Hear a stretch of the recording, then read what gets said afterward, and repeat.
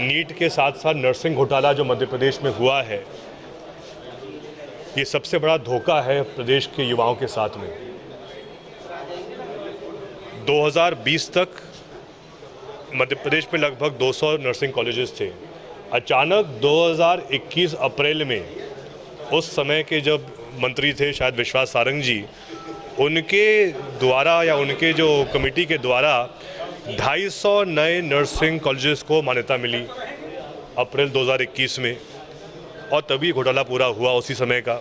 अब आप कल्पना कीजिए, आज मध्य प्रदेश में ये स्थिति बन गई है कि 2021, 2022, 2023, 2024 के सब छात्र फर्स्ट ईयर में ही हैं, किसी को प्रमोशन नहीं मिल पा रही है, जबकि 2021 के छात्र ने भी उसके first year, second year, third year, fourth year के एग्ज़ाम दे चुके हैं, परीक्षा दे चुके हैं, लेकिन ऑन पेपर उनको प्रमोशन नहीं मिल पा रही है क्योंकि इतना बड़ा घोटाला किया है भाजपा सरकार ने।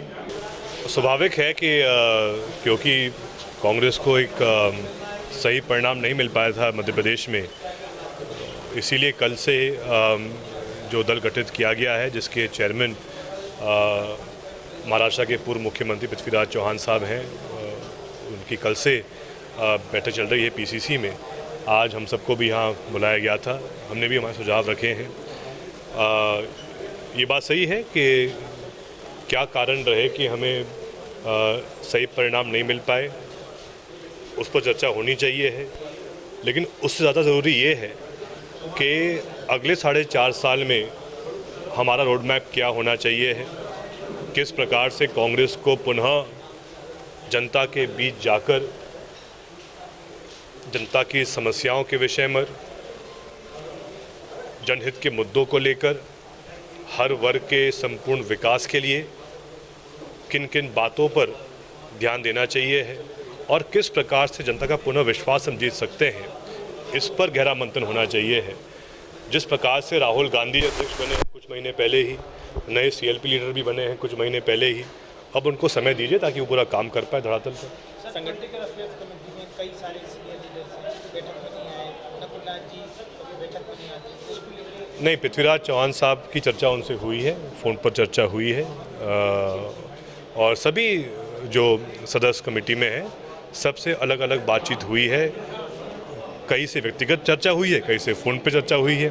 ज़माना आधुनिक हो गया है तो आजकल जूम मीटिंग भी हो जाती है, व्हाट्सएप कॉल भी हो जाता है और कुछ के व्यक्तिगत मीटिंग हो जाती है। बैठक से सिंघार जी ने एक मांग रखी है, बैठक से देश का जो बजट सत्र है, उस बजट सत्र में पूरी कार्रवाई लाइव होनी चाहिए, विपक्ष को भी दिखाया जाना चाहिए। अकेले सीएम और वित्त मंत्री का भाषण ना दिखाया जाए, पूरा विपक्ष पूरी कार्रवाई। ये बिल्कुल उन्होंने सही विषय उठाया है। जिस प्रकार से लोकसभा टीवी रहता है, राज्यसभा टीवी रहता है, जिसमें सीधा लाइव प्रसारण पूरे गतिविधियों का होता है, तो उसी प्रकार से विधानसभा टीवी भी होना चाहिए मध्य प्रदेश का। उसमें कम से कम एक एक परिवार को हर अपने गांव में, हर शहर में जब सीधा प्रसारण मिलेगा विधानसभा का, तो खुद जनता को इस बात का एहसास हो जाएगा कि भाजपा का नेतृत्व चाहते नहीं कि विधानसभा चले, और कांग्रेस तो चाहती है विधानसभा चले। कांग्रेस चाहती है कि विधानसभा के अधीन प्रतिदिन अलग अलग जो प्रदेश के मुद्दे हैं उन पर चर्चा हो।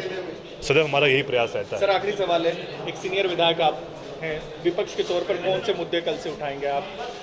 मेरे अनुसार वर्तमान में जो देश और प्रदेश में जो एक चर्चा चल रही है, नीट के साथ साथ नर्सिंग घोटाला जो मध्य प्रदेश में हुआ है, ये सबसे बड़ा धोखा है प्रदेश के युवाओं के साथ में। 2020 तक मध्य प्रदेश में लगभग 200 नर्सिंग कॉलेजेस थे।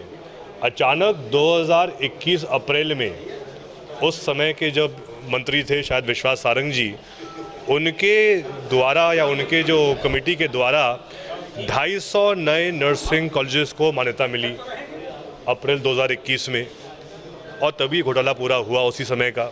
अब आप कल्पना कीजिए, आज मध्य प्रदेश में ये स्थिति बन गई है कि 2021, 2022, 2023, 2024 के सब छात्र फर्स्ट ईयर में ही हैं, किसी को प्रमोशन नहीं मिल पा रही है, जबकि 2021 के छात्र ने भी उसके first year, second year, third year, fourth year के एग्ज़ाम दे चुके हैं, परीक्षा दे चुके हैं, लेकिन ऑन पेपर उनको प्रमोशन नहीं मिल पा रही है क्योंकि इतना बड़ा घोटाला किया है भाजपा सरकार ने।